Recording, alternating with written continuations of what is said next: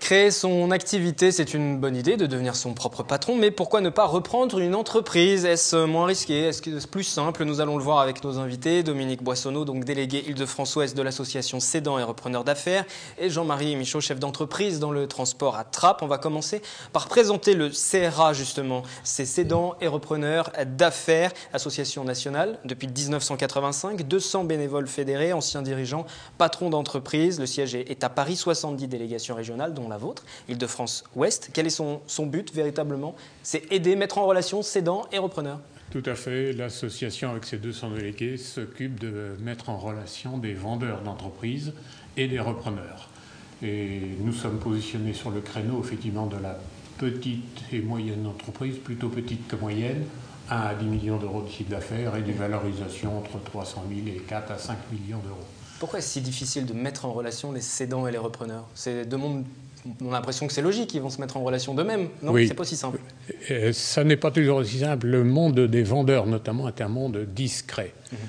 Il y a un gros souci de confidentialité parce qu'une entreprise qui change de main, ça entraîne souvent des conséquences et le dirigeant fait très attention à ne pas ébruiter la session pour que tout se passe avant que le bruit circule, avant que l'information circule. La crainte, c'est quoi? C'est de voir qu'on imagine en tout cas que l'entreprise se porte mal si on passe la main, qu'elle est faible sur le marché face à ses concurrents peut-être? Pas tellement, mais un changement de direction dans une entreprise peut amener des fournisseurs à se poser des questions, des clients qui se disent « Oh, changement de dirigeant, changement de méthode, changement de tactique ».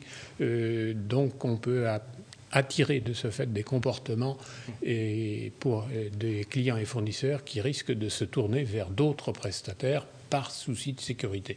Donc via votre association, vous permettez la mise en relation et que les choses se fassent sereinement, sans inquiétude, en tout cas de la part du Dans la plus grande confidentialité, en tout cas, effectivement, et nous avons effectivement beaucoup de repreneurs, 1400, 1500 en permanence. Et il y a combien d'entreprises alors sur le marché? Parce que vous parlez de beaucoup de repreneurs potentiels, mais combien d'entreprises sur ce créneau d'entreprise, il faut savoir de quoi on parle, sur le créneau d'entreprise, c'est-à-dire petit commerce et petit artisanat exclus, mais le début vraiment des entreprises, entre 1 et 10 millions d'euros de chiffre d'affaires, on est à peu près tous d'accord avec les professionnels du marché, 5 à 6 000 affaires par an qui changent de main.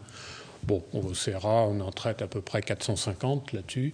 Et nous avons effectivement en permanence entre 500 et 600 affaires en stock permanent en face d'un portefeuille de repreneurs, personnes physiques très majoritairement, de 1500 candidats. Jean-Marie Michaud, chef d'entreprise, donc vous avez repris la société que vous dirigez depuis quand? Quel est votre témoignage? Depuis novembre 2006. D'accord. Et alors comment vous êtes positionné? Pourquoi avoir fait ce choix de la reprise d'entreprise? Parce que je voulais changer de vie. On expliquera peut-être pourquoi ce que j'avais fait avant. Donc je voulais changer de vie. Je voulais donc être dirigeant et indépendant surtout. J'avais un désir d'indépendance, une motivation d'indépendance importante. Et donc j'ai voulu effectivement reprendre une entreprise. Et pourquoi ne pas créer, tout simplement, de partir de zéro, créer l'entreprise, vous positionner sur un marché? J'ai repris, et 2 ans après, j'ai créé aussi l'entreprise à côté. Donc mon entreprise, c'est Dilitrans, c'est une entreprise de transport de marchandises, spécialisée dans le cœur métier, c'est la course urgente. Et 2 ans après, j'ai créé une entreprise de transport de personnes, puisque j'avais parmi mes clients beaucoup de grandes entreprises qui avaient des cadres dirigeants qui voyageaient. Et donc, j'ai donc proposé à ces cadres de les transporter également aux aéroports, différents rendez-vous. Il a été facile de reprendre une entreprise, de trouver celle qui vous convenait? Alors, c'est toujours un parcours du combattant avec beaucoup d'obstacles et des obstacles souvent invisibles. Donc, je pense qu'il est très important de bien se préparer. Et pour se préparer, moi j'avais un certain nombre d'avantages parce que j'ai fait une formation de gestion finance, donc cette partie-là je la possédais bien. J'ai dirigé des équipes, donc cette partie-là je la possédais bien aussi. J'avais fait de la fusion-acquisition, donc cette partie-là je la dirigeais, je la connaissais je la connaissais même bien, mais surtout pour des grandes entreprises. Donc une PME, comme le disait Dominique, c'est complètement différent. Et en plus, les vendeurs sont discrets. Donc, c'est un marché caché. Bon. Donc il faut aller chercher le marché caché. Donc ça, c'est les premières difficultés qu'il faut surmonter. Et pour pouvoir les surmonter, il ne faut pas partir de la fleur au fusil comme ça. Il faut se préparer. Et donc il faut se mettre en mode projet. Moi, j'avais travaillé beaucoup sur la dernière partie de ma carrière en entreprise sur des grands projets financiers internationaux. Et donc, je me suis dit, j'ai pris un petit peu de recul et j'ai dit, voilà, je vais me mettre en mode projet, je vais travailler. C'est un vrai projet que j'ai, c'est un projet de vie, c'est aussi un projet de reprise, d'entreprise, etc. Et il y a une chose qui me manquait, c'était justement le monde de la PME, que je ne connaissais pas. Et surtout, la psychologie du cédant, que je ne connaissais pas non plus. Donc le marché de la fusion-acquisition, oui, négocier, voilà, oui, les data rooms, les machins, les trucs comme ça, oui. C'est des grosses boîtes, ça. Pour la PME, c'est complètement différent. Donc en fait, j'ai fait une formation, non pas celle du CRA, parce que tu n'as pas parlé, une des fonctions du CRA, c'est aussi de faire de la formation. Vous y reviendrez une formation accompagnée, on va parler juste après. Et donc moi, j'ai fait une formation qui s'appelle 5 jours pour reprendre, qui est organisée par les chambres de commerce. Et ce qui m'intéressait, effectivement, c'était le début de la formation et la fin de la formation. Au milieu, c'était la partie gestion, finance, etc., valorisation. Bon. Et notamment à la fin, le début, c'était comment approcher le marché de la PME. Et la fin de la formation, c'était, une fois que vous avez découvert l'entreprise qui vous intéresse, comment aborder le sujet avec le cédant. Voilà. Et donc c'est ça, moi, qui me manquait et que donc j'ai appris, parce que modestement, il faut apprendre. Hein. On change de métier. Le dirigeant d'entreprise, d'une PME, vraiment, on change de métier. Alors, mettre en relation les cédants et les repreneurs, c'est difficile. C'est notamment le but de votre association. Il y a aussi des forums, quelquefois, qui sont organisés. La Chambre des métiers de l'artisanat des Yvelines en a organisé un récemment à Versailles. Un forum sur la reprise et la transmission d'entreprises. Nous y étions. Valérie Auribeau, Alice Gastine et Patrick Jacques de Dixmude pour les images. Cédants et repreneurs le réclamaient, la Chambre des métiers de l'artisanat des Yvelines l'a fait. Un premier forum de reprise d'entreprise se tenait à Versailles lundi dernier afin que chacun puisse se rencontrer et échanger. On s'est aperçu qu'il y avait 40% des entreprises dont le dirigeant allait partir à la retraite dans les prochaines années. Donc on s'est dit qu'il fallait quand même s'occuper de ça et faire prendre conscience aux cédants qu'une transmission, ça se prépare. Ça se prépare souvent 5 ans à l'avance dans l'idéal, même plus parfois. Certains secteurs d'activité accusent un déficit de repreneurs. C'est le cas de la boucherie qui enregistre peu de candidats dès la formation et donc peu de salariés et d'éventuels repreneurs. Un prix du marché trop élevé peut aussi effrayer les futurs acquéreurs. Sur place, avocats et experts comptables démêlaient les imbroglios juridiques car une transmission d'activité peut s'avérer complexe. Il y a beaucoup de facteurs qui rentrent en ligne de compte et l'activité commerciale aujourd'hui est très difficile. Donc avec les nouvelles réformes qui sont instaurées aujourd'hui, oui, évidemment, il est très difficile d'avoir quelque chose de définitif. La reprise s'est faite dans une totale harmonie parce qu'on s'est bien entendu avec ceux qui ont cédé, qui nous ont aussi bien conseillé pour l'avenir. Nous, bien évidemment, on a écouté leurs conseils, on n'a pas voulu non plus tout révolutionner parce que je pense que ce n'est pas la chose à faire quand on arrive. Il faut savoir faire perdurer ce qui était déjà là avant, ensuite amener petit à petit sa patte personnelle, ses produits, et puis, mais voilà. Tout s'est extrêmement bien passé. Au total, une centaine d'inscrits participaient à ce premier forum. Les annonces des entreprises à céder exposées lors du forum sont à retrouver sur le site internet de la Chambre des métiers. Ce qu'on a pu voir avec ce reportage, c'est aussi que le nombre d'entreprises qui sont mises en vente sur le marché, c'est un chiffre, un nombre qui va augmenter de plus en plus dans les prochaines années. Est-ce que vous attendez à ce qu'il y ait de plus en plus de cédants parce que les chefs d'entreprise vieillissent et veulent passer la main? C'est pas sûr. On nous annonçait il y a 3-4 ans un boom, effectivement, en raison du papy boom, tout simplement, c'est-à-dire une génération d'entrepreneurs qui arrive à l'âge de la retraite. On ne l'a pas complètement vu parce que les conditions du marché ont changé entre-temps. La crise est passée par là, certaines entreprises ont disparu, certains vendeurs se sont dit, dans ces conditions, je vais vendre mal, je conserve mon entreprise.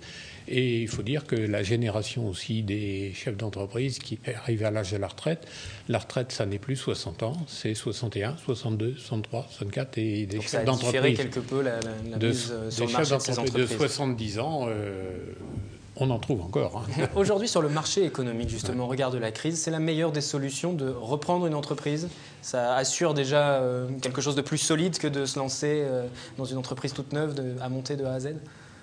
Oui, il y a des avantages, des inconvénients. Bon, Jean-Marie a bien illustré la chose, je pense. La reprise permet quand même de monter dans un train qui fonctionne déjà. On prend les commandes, on prend la suite du chauffeur et le train continue de marcher. Une création, il faut partir de zéro, donc il y a un temps d'inertie et avant de vivre sur l'entreprise qu'on a créée, il faut souvent 1 an, 2 ans, 3 ans. Alors que là le train qu'on prend en marche, il permet au chef d'entreprise et à tout son personnel, mais comment le chef d'entreprise peut être sûr justement que l'entreprise est viable et qu'elle n'est pas en difficulté? Ça aussi, ça fait partie de vos missions, vous assurez ce travail-là? Oui, alors nous l'assurons pas forcément en direct. Nous avons un réseau, on va peut-être en reparler, qui peut conseiller et aider nos repreneurs dans leur démarche. Donc c'est le réseau qui intervient pour savoir si l'entreprise est viable, fiable en tout cas? Oui. Quel est ce réseau justement, puisque vous en parliez? Alors le réseau, il se compose effectivement des délégués du CERA que nous sommes. Nous ne sommes pas des marchands d'entreprise, mais les 200 délégués ont tous une expérience entreprise au minimum, voire entrepreneuriale, puisque nous avons une bonne partie de nos délégués qui sont des anciens chefs d'entreprise eux-mêmes. Jean-Marie Michaud, excusez-moi, quand vous avez repris votre entreprise, je voudrais juste savoir, vous étiez sûr qu'elle était viable, fiable, qu'il n'y avait pas de soucis? Ah oui, tout à fait, parce qu'en fait, d'abord, ça vient lorsqu'on choisit les cibles que l'on veut identifier. Donc, en identifiant les cibles que l'on veut, qui nous intéressent, on se renseigne sur les entreprises, bien évidemment. Et avant de reprendre, il y a tout un process. Dès le moment où on signe une promesse d'achat et de vente, s'engage un certain nombre de vérifications, des audits. Il faut savoir si le prix qu'on va payer pour l'entreprise est le bon. Voilà, audit comptable, audit social, voilà. Et donc, généralement, les promesses telles qu'elles sont faites sont sous réserve que, effectivement, il n'y a pas de découvertes qui sont révélées par ces audits. Comme quand on achète un appartement, en fait, on est sûr, voilà, on fait attention à ce qu'on voilà, achète, alors, on n'achète pas n'importe quoi. Alors, bon, un entrepreneur, c'est quelqu'un qui prend des risques, donc on n'est jamais sûr de rien. Non, mais il faut déjà... Oui. C'est vrai que la reprise est un petit peu plus facile, encore que ça dépend, qu'une création pure. Bon, il y a des avantages et des inconvénients dans les deux. Mais donc, avant tout, il faut avoir l'esprit entrepreneurial. Et donc, il faut être prêt à prendre des risques. Et les risques calculés, bien évidemment, mais il faut les prendre. On ne peut pas se border complètement, même par tous les audits possibles. Bon, voilà, il peut y avoir toujours des choses qui... Voilà. On prend un risque, par exemple, effectivement, dans mon activité, ce n'est pas tellement les fournisseurs, mais c'est plutôt les clients. Lorsqu'une entreprise change de main, effectivement, il faut tout de suite rassurer les clients. Donc, on en parlera peut-être dans les prochaines phases du process, mais la phase d'accompagnement du cédant est éminemment importante dans ce cadre. Il va nous rester finalement assez peu de temps. Alors juste pour conclure, j'aimerais qu'on s'intéresse aux missions, aux objectifs de cédants et repreneurs d'affaires donc, que vous représentez ce soir. Vous formez, vous accompagnez, vous suivez ensuite. Oui. Vous êtes là, vous êtes présent à toutes les étapes. Tout à fait. C'est ce qui complète le réseau qu'on avait commencé à évoquer. Nous avons effectivement un institut de formation, CERA Formation, qui est une filiale de l'association et qui, elle, est une société commerciale qui assure donc une vraie prestation de service. C'est la préparation de nos repreneurs, qui sont très majoritairement des personnes physiques, cadres d'entreprise, qui sont sur le marché de l'emploi ou volontairement qui ont une démarche de recherche d'entreprise. Donc le but, c'est de les mettre tout de suite en condition de recherche, de leur expliquer comment est structuré le marché, où est-ce qu'on trouve, comment on négocie, comment on analyse, les précautions à prendre, les dangers de l'opération, le montage financier de l'opération, jusqu'à la signature de l'acquisition de l'entreprise. Le film est déroulé pendant un stage de 3 semaines qui est assez costaud et qui est devenu quasiment un label aujourd'hui sur le marché, un label comme un diplôme de capacité à reprendre. Et nos partenaires extérieurs, puisque nous avons aussi des partenaires, les banques notamment, pour aider nos repreneurs à trouver des financements, ils ne s'y trompent pas quand ils voient venir un candidat CERA qui a fait la formation, ils disent voilà quelqu'un de motivé et qui sait de quoi il va parler. Alors justement, si vous voulez plus d'informations sur le CRA, donc l'association des cédants et repreneurs d'affaires, il y a un site internet, il s'est affiché et vous pouvez avoir toutes les informations. Merci pour être venu sur ce plateau, merci de votre témoignage également. Jean-Marie Michaud, chef d'entreprise dans le transport sur Trappes.